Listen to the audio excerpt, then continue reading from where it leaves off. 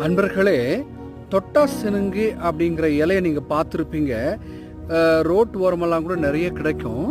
இது பேர் மிமோசா புடிக்கா என்ற தாவர பெயர்.